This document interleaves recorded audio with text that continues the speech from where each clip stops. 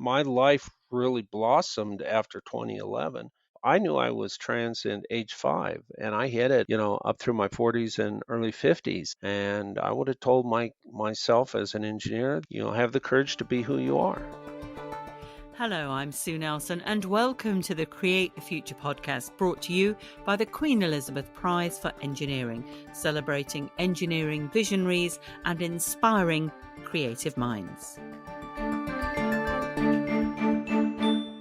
It's been 50 years since someone from Earth last walked on the moon, but footsteps will be gracing the lunar surface once more within the next few years due to NASA's Artemis missions. And today's guest, Christine Bland, has played an important role in Artemis through her work as an electrical engineer for Lockheed Martin Space Systems Company in the US, specifically on the Orion spacecraft that will take astronauts back to the moon. Christine's many awards include the One Colorado Lifetime Achievement Award for contributions to engineering, diversity and inclusion into the workforce, as well as receiving the LGBT Engineer of the Year Award in 2014. And Christine, who's transgender, continues to play a role in expanding the visibility of minorities within engineering, of which we'll hear more later. Welcome to the podcast. Thank you. First of all, how would you describe the Orion spacecraft? The Orion spacecraft is a state-of-the-art space vehicle. It's designed to take astronauts into deep space, to the moon, beyond the moon, to Mars eventually. It's got some of the most advanced electronics on it that's ever flown in space. People remember the landing on the moon and the inside of the Apollo capsules. There are quite a few in museums now. Mm-hmm. And they're all sort of gadgets and switches that you move. But actually, and this is where you come in, the inside of Orion is a different thing altogether, isn't it? Yeah, it definitely is totally different than the Apollo capsules. The Apollo capsules, of course, were built from an electronic standpoint with transistors, which are large and bulky and very power consuming. Today's spacecraft is built with state-of-the-art electronics that are radiation hardened to withstand the deep space heavy particle bombardments and the solar winds. So it's very, very technologically advanced from the Apollo. So it gives us a lot more capabilities as far as what we can do with electronics and docking and maneuvering and monitoring of the fields around the spacecraft. And your team was specifically responsible for the digital design of specific units, weren't they? My particular job with Orion is I'm responsible for all the electronics or complex electronics ICs, that sort of thing on Orion to make sure that they are designed correctly and basically bulletproof from issues occurring. And what was the most challenging aspect of that design? Oh, there's so many. I couldn't begin to tell you how many challenges and issues we've had to overcome over the years. I joined Orion in 2009 to lead up the design effort for the data and power units, which control the power throughout the vehicle. And between 2009 and 2014, when we launched EFT1, we had a huge number of engineering challenges to overcome. And we needed to pull this box together because it was being designed by 3 different aerospace companies, and trying to managing those different design teams to come up with one box in time that met our requirements for the vehicle was very challenging. Now, I was at the launch of the Orion spacecraft test flight in December 2014. For me, it was an amazing experience, a definite wow moment. But I can imagine for you, it was not so much a sort of, oh, look at that, it's a great launch, that there were a few more emotions going on in your mind Oh, there. God, yes. The 2014 launch, just like I'm going to feel when we launch Artemis 1 here in a few months, was exhilarating. One of the things that I've learned through my career is on all of these deep space missions or NASA missions, there's something called delayed gratification, we worked for years and years and years to build these systems, watch them go from a concept to actual hardware and then launch.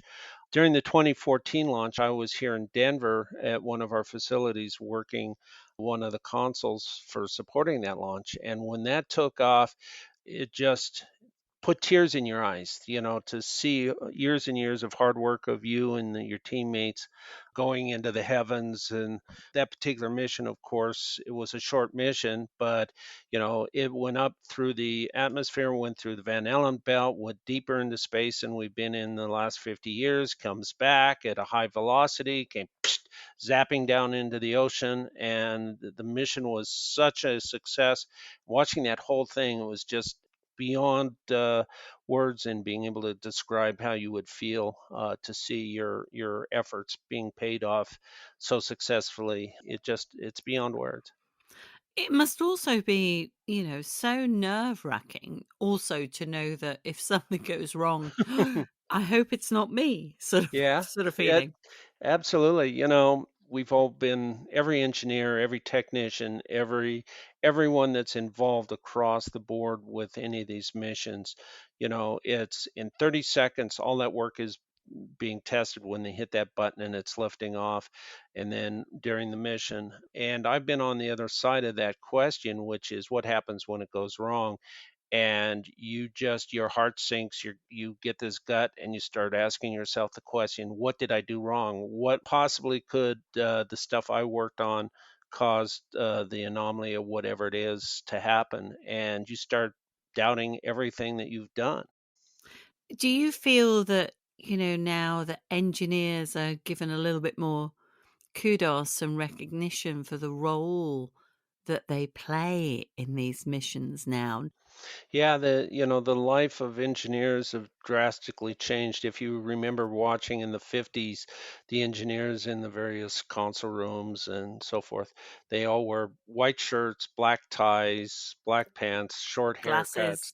glasses, Yeah. pocket protectors. And today they come from all walks of life, and they're much more human, much more personable and relatable. It was very male centric back in the day, and that's all you saw. Though there were women that were participating in the what was going on. You saw that in Hidden Figures, Mhm. the documentary that was made a few years ago.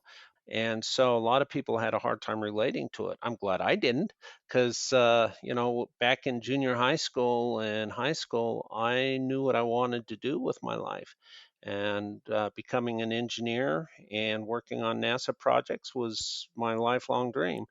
And somehow, without really knowing how, I made it work. That's amazing to know what you want to do from such a young hmm age and then achieve it. I vaguely remember, I was on a school trip on the school bus, and for some reason my mind started wondering what I wanted to do. And being an engineer for the NASA programs, what popped in, and it stayed with me. That image stayed with me my entire life. And little by little, I've worked my way to achieve that goal. And I don't know what things I did to make it happen, but it happened. And from where I started out in the 50s and where I'm right now, nobody predicted I could get to this point. You've also been given this Snoopy pin from NASA. Now, quite a few people outside the States won't quite realize the significance of that. So perhaps you could explain it. Back in the 50s and so forth, the Peanuts cartoon was very into space. They made Snoopy basically a mascot, and they started giving this award called the Silver Snoopy Award to individuals that exhibited the best of in the field for making sure astronauts were safe, protected, that basically gave their all to make the mission successful.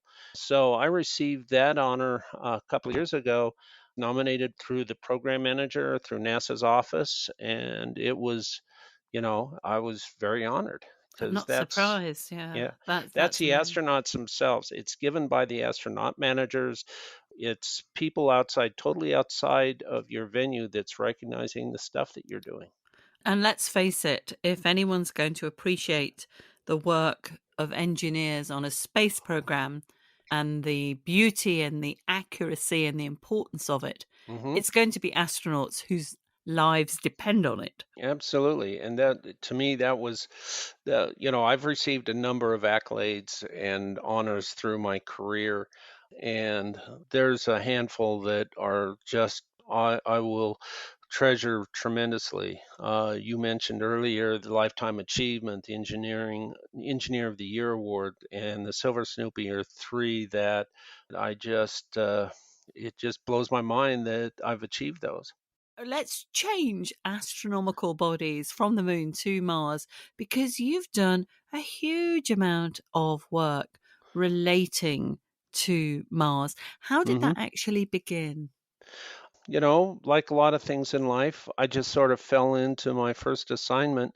I was brought into the team here in Denver that was working on the Mars observers, the satellites that we've sent up to Mars to grab images and science from Mars. So one by one, the programs I worked on were successful, and so by the time I switched over and started working Orion, I'd worked a tremendous number of deep space missions and satellites that have brought back, so much information and knowledge about our solar system.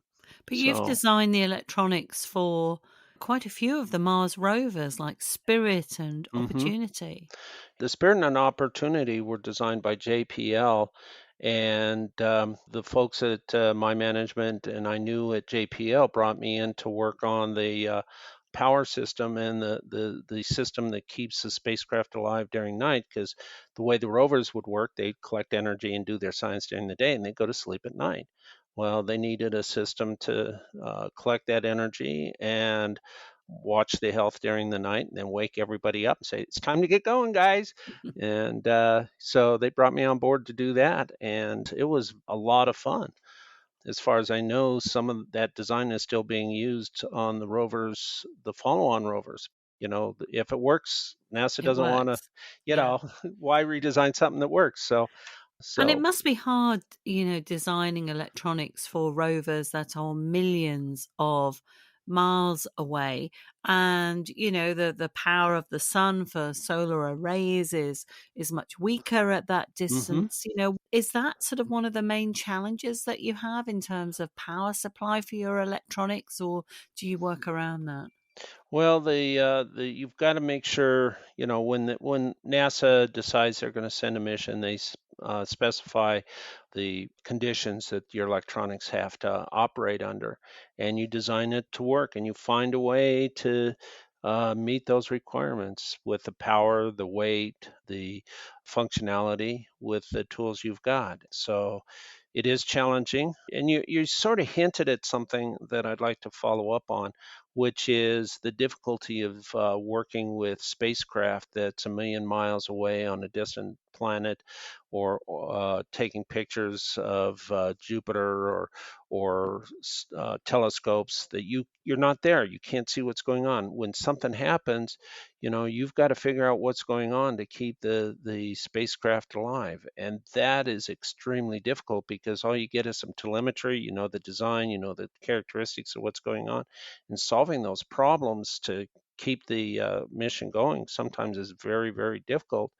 And we've all heard of the issues that the rovers had, but NASA overcame them. We've got to be an engineer today working NASA stuff, you've got to be very talented and be able to figure out things that you don't have all of the pieces parts to figure it out with. You've already touched upon, what led you towards your current job, Hmm. this desire to work for NASA as an engineer as a child, inspired by the Apollo missions, and you went on to study electrical engineering at the University of Colorado, Denver. How did you get your first job at Lockheed? Actually, I started working for Martin Marietta that merged into Lockheed Martin at the time, some years later. But basically, I had interned at Martin Marietta and had made connections. So let them know when I was graduating, and I reached out to the engineers and the HR group and got my foot in the door, and I've been very successful ever since. Now, while you were working at Lockheed in 2011, you transitioned from Ricky to Christine, who you've called your true, authentic self. Was it an easy thing to do? No, it was extremely hard leading up to the transition, coming out to my coworkers. By then, I had been working in the NASA fields and become well known both inside Lockheed Martin and NASA and the suppliers that provide a lot of our electronics as Ricky, a very male type person. And when I had to come out, had to start, reach out to our HR group and our managers. And at the time I came out, very few, if not any, individuals had come out before me. There had been some, but they were far and few between. So we had to find and develop the processes and how to strategize, letting everybody know. At that time, a lot of engineers would change careers, they'd change locations, they'd disappear from their old gender and reappear somewhere else as their new gender. And I wanted to keep doing what I did. I love it so much. So we came out and we had a big meeting where we had maybe 200 people. Where, something I kept so secret my entire life was on display to all my coworkers in one moment. It was life changing, to say the least. And so we let everybody know. We called all of my suppliers, we called NASA, HR, and my managers to let them know that Ricky was turning into Christine and that the Lockheed Martin program management expected respect and the work not to change. From the Lockheed's perspective, doesn't matter if I'm male or female. It's the work I'm doing is so critical and important. It's got to keep going and not miss a beat. If things go wrong, it costs money, it costs schedule, and it could end up with loss of mission or some other really bad events if you don't keep everybody moving at the same pace. And how did your fellow engineers react? They were very positive. They were surprised. They were extremely supportive. If anybody was not supportive at that time, I didn't know about it. They didn't let me know. From my experience now, that's somewhat unusual because there always seems to be somebody that doesn't like the fact that they need to respect somebody's gender change. I'm a very personable person, I think, and that goes a long way for my success. And when people were confused or had issues, I'd take the time to listen to what they had to say and explain what was going on. And if they made a mistake with pronouns or so forth, it was easily addressed at the time and never became an issue. My life really blossomed after 2011. And did the fact that Lockheed Martin had a pride group, which had been founded in 1981, which is a huge amount of time ago, did hmm that make a real difference? It did. I'd actually reached out to the Pride organization in 2007 because I started getting very nervous about the fact I was starting to wear polish on my hands and some other things that I was doing that changed my appearance. And I was getting nervous that I'd get laid off, and I had no idea what the protections were. So the Pride group is who I reached out first, and they put me in touch with the HR group and the diversity inclusion, and we spent a lot of time talking through the issues and what the issues. And I was reassured through that chain of network that Lockheed had my back, that I would not get fired, that they did not expect any kind of repercussions for as I changed and went through a transition. Now it took 4 more years before I actually transitioned, but that pride group was so important because that's if you're trans, if you're gay, if you're non-binary, anybody that has fears that something's going on, to have other employees that are supportive, that knows where you came from, it is so valuable to relieve those fears and give people resources on how to address their issues. And that goes if you're African American, if you're Asian, military, any of the other LGBT pride ERG, BRG organizations out there, that they are very, very needed throughout industry. Now, you're now a leader within Lockheed Martin's Pride Group, and you're also a board member of Outer Innovate, which is related to the promotion of engineers, scientists, and educators within STEM fields, and to get more awareness of these issues. Now, it's difficult to get exact numbers, but estimates suggest that LGBT people are less represented in STEM fields than expected. Why do you think that is? So I know that a lot of fields, a lot of people that are still in the closet, if you will, are afraid that if they come out, they will lose their position, their credibility. So they just don't come out. People are people. So, from my perspective from the US and the folks I've talked with inside the United States, there is a lot of movement, a lot of anti LGBT and especially trans feelings out there that are active in really making it difficult for people to live their lives as their true, authentic self, either in a gay marriage or a relationship, or being trans, and trans kids are a big focus in the U.S. these days. And I tend to treat it as, people fight against change, and some of the things that the LGBT represent is change at the very fundamental perspective of our day-to-day lives. You pointed out that when I transitioned, all my coworkers had to change with me. They had to start to see me as female and not as male. And that lays back in the mind of how we relate to each other from our very beginning as kids. And though, my personal experience was very positive, other folks, it isn't. It's the fear that they won't be accepted by their friends and family and coworkers. That is one of the big fears that keep people in the closet. And it takes time and visibility and exposure to the folks that are in the LGBTQ community to really make it so it's an everyday occurrence. And why is it important to bring what some people might consider the personal, particularly, a generational sort of view to things, is that you sort of kept who you are separate to work? And here's you touched one of the issues is that we take a lot of things for granted. A heterosexual couple that's got kids, they'll have pictures on their desk. They will talk about their weekend and things that they've done.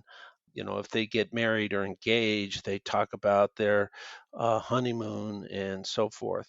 And so, just as human beings, we are social. We talk about these things with one another. And most folks don't even think about that when they're in the workplace. It's there. It's just such a part of who we are as human beings that we don't think about it. But when somebody comes out as gay and they start to show pictures of their husband or their wife and their gay marriage, it's shocking to them. So all of a sudden, now why are you bringing this into the workplace? Well, it's because that's who we are as human beings. We are social creatures. We share who we are, our experiences. We go to ball games, we go to concerts, and if you know and like somebody that's gay, the fact that you're going to be around them and they're going to have their spouses with them and their boyfriends or their girlfriends, you know it's just part of being human. And some folks have a hard time with that. They see it as you're sticking in my face, and it doesn't belong here. Well, it belongs wherever human beings are. So this might explain why the magazine Chemical Engineering and News, when they conducted a sort of an informal poll in 2016 of its readers, they found that 44% of LGBT respondents said that they'd felt excluded or intimidated or harassed at work in the course of their career. What do you wish you could tell yourself, if you were going back in time to when you finished your degree? I would say have courage, have faith, that you'll get there not only as a successful engineer, but your true authentic self. I knew I was trans at age 5, and I hid it all the way until I was, up through my 40s and early 50s, until I started realizing I couldn't live that life anymore. And it took me a long time to get to the point where I had the courage to come out. And I would have told myself as an engineer that have the courage to be who you are, and you would succeed. That's what have faith in yourself. And is this, do you think, why maybe often in any profession, the role of a mentor can make a huge difference to someone's career, particularly if there's someone who is like you? Do you think that this role of mentoring is crucial for diversity in engineering? I think that is absolutely crucial, because think about it. You're sitting there your entire life struggling with some issue or an issue. You're gay, you're bisexual, you're transgender, and you're struggling with this in your own little in your head, you've isolated because the folks that are around you may not accept it, and they it's just so much fear is caught up. Having a mentor that's gone through it and can advise you on how to tackle those issues is so important. I've mentored quite a few individuals through the years, and I wish I would have had a mentor when I came out of college, or in high school for that matter, that would help me solve a lot of the issues I suffered through my life as a result of being in that closet. A mentor would have made that gave me the courage and the tools I needed to overcome my fears and succeed whenever I came out. Well, it sounds like your company, played a hugely positive role in terms of your career and life. I wondered, as we come to the end of the podcast, what groundbreaking engineering innovation would you like to see win the Queen Elizabeth Prize? From a new technology standpoint, I would say advances in computing technologies that were impervious to radiation would help us. Because one of the things I do really believe is that we are on the verge of just a huge industry in the space field. I'm involved with the ESA stuff, making the European Space yeah, Agency. Yeah. yeah, they're building our service module. So I've been able to work with a lot of engineers from in Europe on that effort. You And this know, is the module that powers the Orion it powers it. spacecraft. It's also the thruster. It does all of that. Those technologies more than just power, but being that I have to make sure that all the FPGAs and ASICs What are work, FPGs? think of them as custom ICs Okay. that allow Integrated us, circuits. yeah, that we design that allow us to stick a lot of electronics in a very small package. I've been able to review a lot of stuff and gotten to know many engineers from France, Italy, England, Belgium, and it's been eye opening. At some point, I plan on, when I retire, traveling Europe and spending time in the art museums and stuff. We haven't even touched on that, but you love art, and I've looked at your art online as well. It's obviously well, we always say that scientists and engineers are very creative people, and so many of them love the arts and are engaged in the arts, and Absolutely. and you're the same. Yeah, and so one of the things I've always, I wanted to go to the Louvre and spend time in the Louvre and some of the art galleries in England. And you can't take a vacation and spend a week there. You've got to spend time and immerse yourself in the culture and the people, and spend time to travel and learn the art of what's going on in Europe. But getting back to science, there's a lot of momentum across the country and in the world, for that matter, to get us into space and do learn more about the moon, Mars, our entire solar system, for that matter of fact. And it couldn't be done without an engineer like yourself. Christine Bland, thank you very much for joining me on the Create the Future podcast. Thank you. Find out more about the Queen Elizabeth Prize for Engineering by following QE Prize on Twitter and Instagram, or visit qeprize.org. Thanks for listening, and join us again next time.